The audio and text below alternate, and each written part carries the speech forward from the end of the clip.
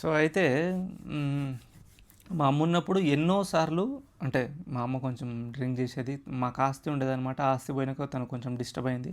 So నిద్ర కోసం కొంచెం తాగి పడుకునేదన్నమాట.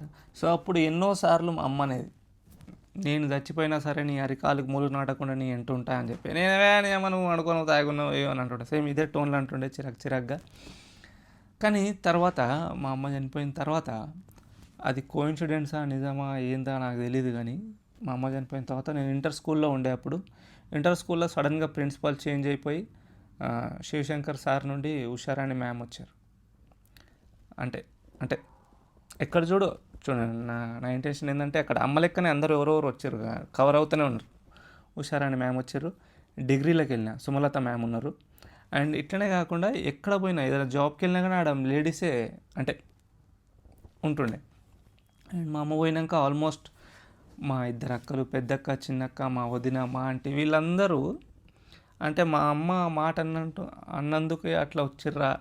ఇప్పుడు ఎక్కడ చూసుకున్నా సరే అట్లనే అవుతుండే. అది ఒక్కటే అని కాదు, చాలా విషయాలు కూడా కొన్ని కొన్ని నాకు అనిపిస్తాయి. అంటే ట్రిప్పులకు వెళ్ళినప్పుడు, అక్కడిక్కడ వెళ్ళినప్పుడు కొంతమంది ముసలోళ్ళు కానీ వాళ్ళు వీళ్ళు కానీ చాలా కేర్ తీసుకుంటారు నాకు.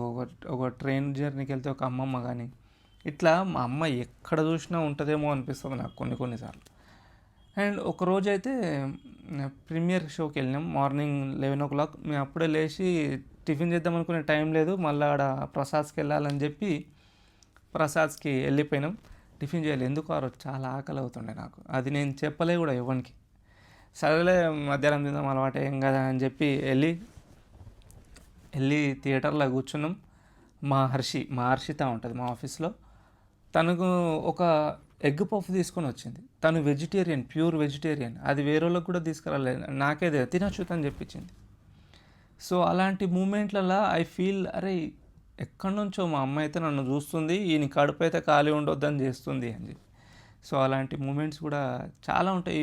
ఒకటని చెప్పలేము ఇట్లా. నేను ఎన్నో మూమెంట్లు కొన్ని అంటే నేను అట్లా చూస్తున్నా, ఆ మూమెంట్లను అట్లా చూస్తున్నా కాబట్టి నాకు అట్లా అనిపిస్తుంది.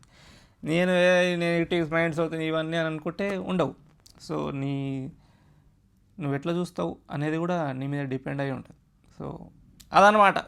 మా అమ్మ అన్నట్టుగానే నా అరికాలకు ముళ్ళు నాటకుండా ఎక్కడ చూసుకున్నా ఉన్నారు. మా ఇద్దరు అక్కలైనా, మా ఆంటీ అయినా, మా వదిన అయినా, ఈ ప్రకృతి కూడా మా అమ్మనే. అంతే. బాయ్.